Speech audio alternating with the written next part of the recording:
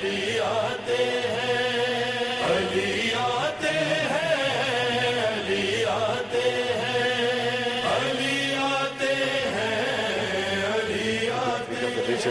ન તો હિન્દુસ્તાનમાં છે ન તો પાકિસ્તાનમાં છે. હિસ્ટ્રી જે આફ્રિકા ફેડરેશન પાસે છે કે એને આપણે સાચવીએ અને એને જ્યાં સુધી બને ત્યાં સુધી આપણે એને ડિસ્ટ્રીબ્યુટ અને સ્પ્રેડ કરીએ. તો સાથે સાથે ટોરોન્ટોની અંદર જેવી રીતે પ્રમુખ સાહેબે કહ્યું કે મુલ્લા અસગર મેમોરિયલ રિસોર્સ સેન્ટરની અંદર જેને માર્ક કહીએ છીએ, અત્યારે આપણી પાસે ઓછામાં ઓછી ગુજરાતીમાં લખેલી 1892થી કરીને સચિદિના નાનજાણીની કિતાબ ખોજા વૃત્તાંત, જે સૌથી પહેલી કિતાબ હતી, આપણી સામે છે ગુજરાતીમાં. એના પછી અદલદી ચંદી કાબાએ ઘણી બધી કિતાબો લખી, એવી લગભગ 100 કિતાબોની મેન્યુસ્ક્રિપ્ટ આપણી પાસે મોજૂદ છે. અને એ બધી વસ્તુઓ ડિજિટાઇઝ પણ થાય છે. અત્યાર સુધી લગભગ 60 કિતાબો આપણે ડિજિટાઇઝ કરી ચૂક્યા છે. એમાંથી 20થી 25 કિતાબો અત્યારે ઓનલાઈન મોજૂદ છે, કોઈને વાંચવી હોય તો. ખોજા history.org કે જે વર્લ્ડ ફેડરેશનનો ખોજા હેરિટેજ પ્રોજેક્ટ છે, એમાં તમે જાશો તો તમને આ કિતાબો મળશે. આ બધી લાંબી વાત કરવાનો અર્થ એ છે કે આપણે અત્યારનો જે સમય છે ગનીમત છે કે એને જેટલું ભેગું કરી શકીએ એટલું રાખીએ, કારણ કે એટલું બધું આપણે ગુમાવી ચૂક્યા છીએ. બુઝુર્ગો ચાલ્યા ગયા, ઓરલ હિસ્ટ્રી આપણે કલેક્ટ નથી કરી. તો ખોજા હેરિટેજ પ્રોજેક્ટ અત્યારે કોશિશ કરે છે કે બુઝુર્ગોના આપણે ઇન્ટરવ્યૂ લઈએ. ઇન્શાલ્લાહ અહીંયા આવ્યા છે, આપણા બુઝુર્ગોના અમુક ઇન્ટરવ્યૂ લેશું, કારણ કે ઓરલ હિસ્ટ્રી આપણી પ્રિઝર્વ થઈ જાય. એક કોમ જો જેવી રીતે પ્રમુખ સાહેબે કહ્યું કે એક કોમ જે પોતાની માઝી સમજતી ન હોય તો એ ફ્યુચરને કેવી રીતે સમજી શકશે? એ તો પછી ઓના જેવું થયું. મુલ્લા નસરુદ્દીન પાસે ઘણું શીખવાનું હોય છે. નસરુદ્દીન સાહેબ એક ઊંધે ગધેડે જતા હતા, તો કોઈ પૂછ્યું કે સાહેબ મુલ્લા આ કઈ રીત છે ગધેડા ઉપર જવાની? કે મોઢું તમારું આમ છે, ગધેડો તેમ જાય છે. તો એ કે મને છે ને, હું જ્યાંથી આવી રહ્યો છું એમાં વધારે ઇન્ટરેસ્ટ અને વધારે મારે જાણવું છે, કારણ કે હું જ્યાં જઈ રહ્યો છું એ પહેલાં મારે જાણવું જોઈએ કે હું ક્યાંથી આવી રહ્યો છું, એટલે હું ઊંધે ગધેડે જઈ રહ્યો છું. તો આપણને આ માઝી અને હિસ્ટ્રીની પ્રેઝર્વેશન માટે એક વસ્તુની ખાસ જરૂર છે. અને જ્યાં જ્યાં પણ મોમિનીને એક રિક્વેસ્ટ છે, તમારા ઘરે કોઈ એવી કિતાબ હોય, કોઈ એવી વસ્તુ હોય અને તમે કદાચ સાચવી શકતા ન હો, તો એ તમે જમાતને જે અધિકારીઓ છે એ લોકોને આપી દો, પ્રમુખ સાહેબને આપી દો. તો અમને જો ટોરોન્ટો મોકલી દે યા દાર ઇસ્લામની અંદર જે આર્કાઇવ છે ત્યાં મોકલી દે, તો એ વસ્તુઓ આપણી પાસે રહી જશે. ઇન્ડિયાના ખૂણે ખૂણે જઈ, ગુજરાતના ખૂણે ખૂણે જઈને મહેનત કરીને આપણે આ 100 કિતાબો ભેગી કરી છે.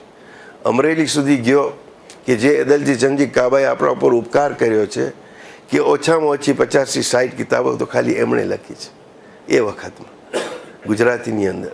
ખોજા કોમની તવારીખ, ખોજા પંથ દર્પણ, આગા ખાનની ખુદાઈનો જવાબ, કેટલી બધી કિતાબો, કિલવાના સવાલ જવાબ દાખલા તરીકે. એમાંથી અંદાજો આવે કે આપણે કઈ કઈ મુશ્કેલીઓથી પસાર થઈ અને આજે મઝહબે હક ઉપર આવ્યા છે.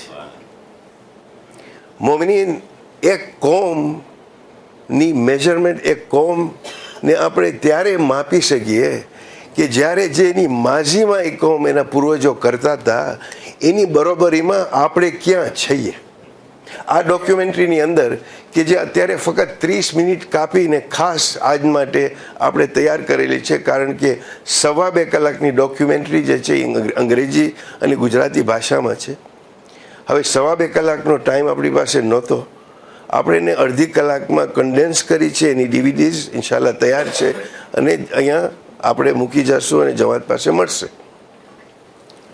પણ એ જે ડોક્યુમેન્ટરી છે એની અંદર મુખ્ય એક વસ્તુ બતાડવાની એ હતી કે જ્યારે માંડવી અને પોરબંદરથી નીકળીને વહાણોમાં જઈ અને કેવી રીતે દરિયો પાર કરી તોફાનોથી આવી અને આપણે આફ્રિકાની સરજમીન ઉપર પહોંચ્યા. ત્યાર પહેલાં જ્યારે આપણે મઝહબે હક ઉપર આવ્યા, જ્યારે આગા ખાન સાહેબથી આપણે છૂટા પડ્યા, ત્યારે આપણે કઈ કઈ કુરબાનીઓ આપી હતી, બધું આ 30 મિનિટમાં નથી પણ 2 કલાક ઉપરની છે એની અંદર છે કે કઈ કઈ કુરબાની આપી, ધંધો ગુમાવ્યો, ભાઈચારો ગુમાવ્યો, જાન દીધી. 3 જણાએ જાન દીધી. એક જણાને ફાંસી ચડાવવામાં આવ્યા કિલ્લુ ખટાવને, એક હિસ્ટ્રી છે. તો આ બધું સેક્રિફાઈસ કર્યા પછી એ લોકોએ મઝહબે હક એકવાર પકડ્યો એને છોડ્યો નહીં. મોમિનીન, આજે હું નહીં કહું હાથ ઊંચા કરો, દરેક પોતાની દિલમાં જાણે છે આ સવાલનો જવાબ.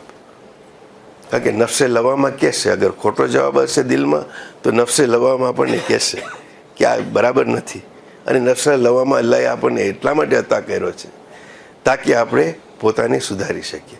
તો સવાલ એ છે મોમિનીન કે આ જોયા પછી તમે પોતે નક્કી કરજો કે આયા અગર આ કોમ ઉપર આ જ ચોઈસ કરવાનો આવે કે ભાઈ મારે મઝહબે હક માટે જાન દેવી પડશે, મઝહબે હક માટે માલ દેવો પડશે, મઝહબે હક માટે સગપણ દેવું પડશે, તો આયા આપણે આજે તૈયાર છે કે નહીં?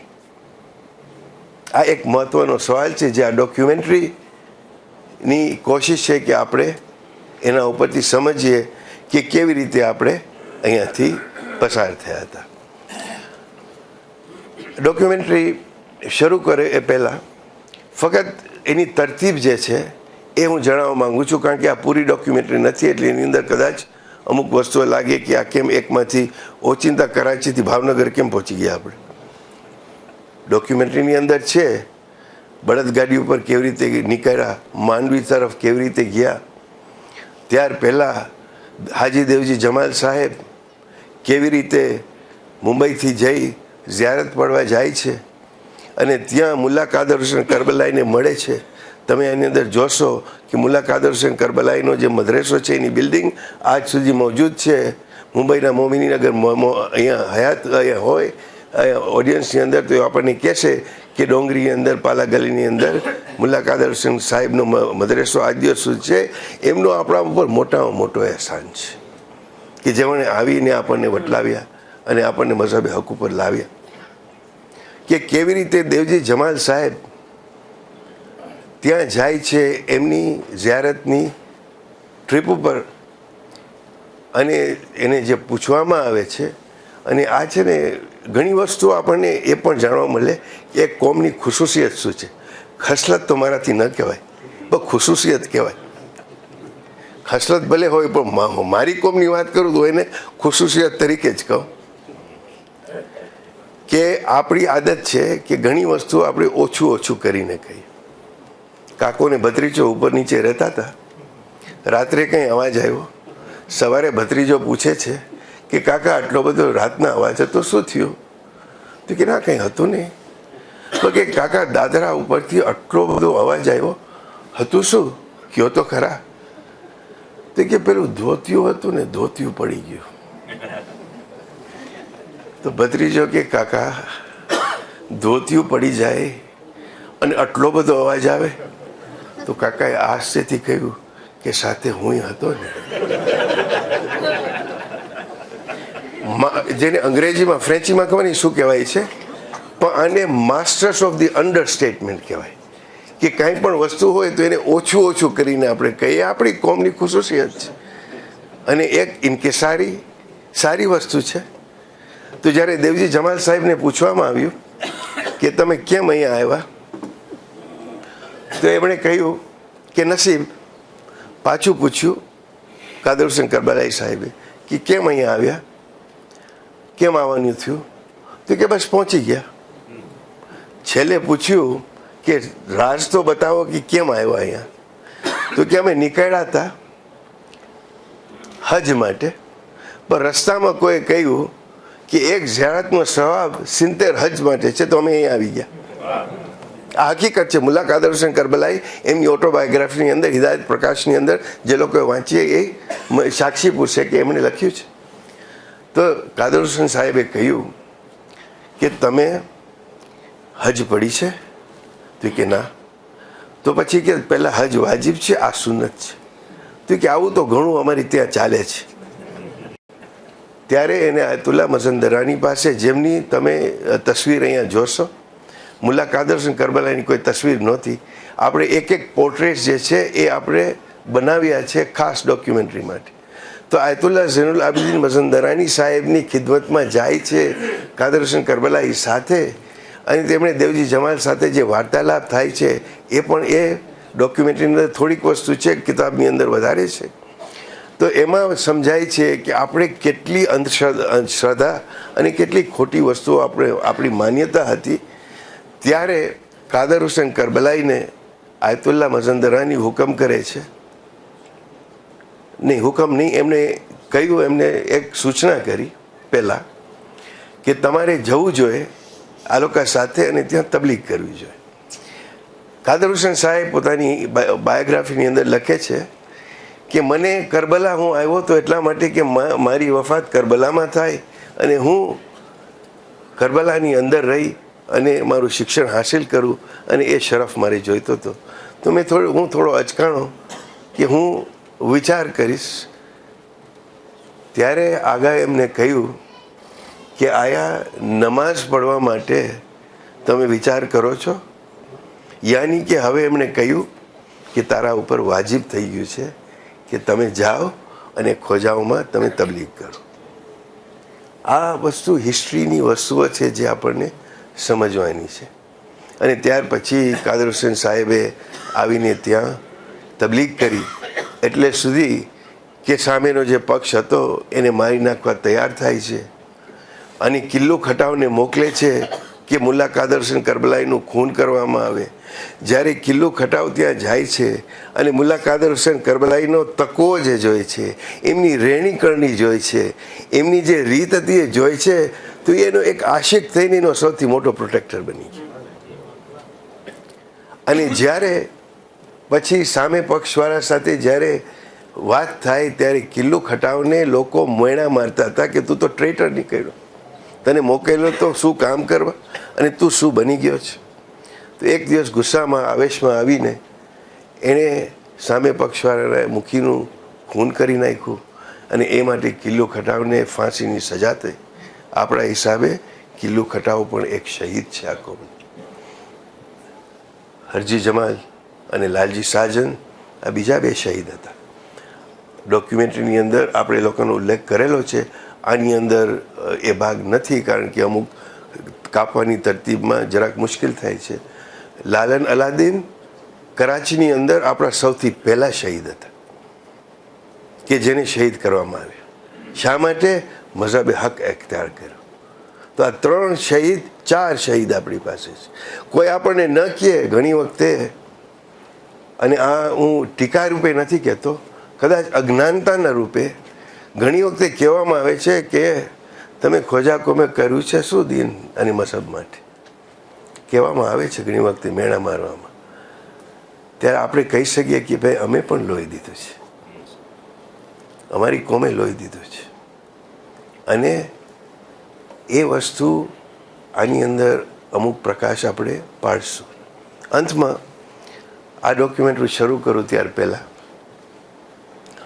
મોમિનીન 2.5 કલાકની આખી ફિલ્મ છે કે જેની અંદર 650 વર્ષ પહેલાંથી શરૂ કરી સિંધની અંદર આપણા વડવાઓ જ્યાં રહેતા હતા, ઠક્કર લોકો કહેવાતા હતા, જમીનદારો હતા, ત્યારે પીર સદરુદ્દીન સાહેબ ત્યાં આવે છે.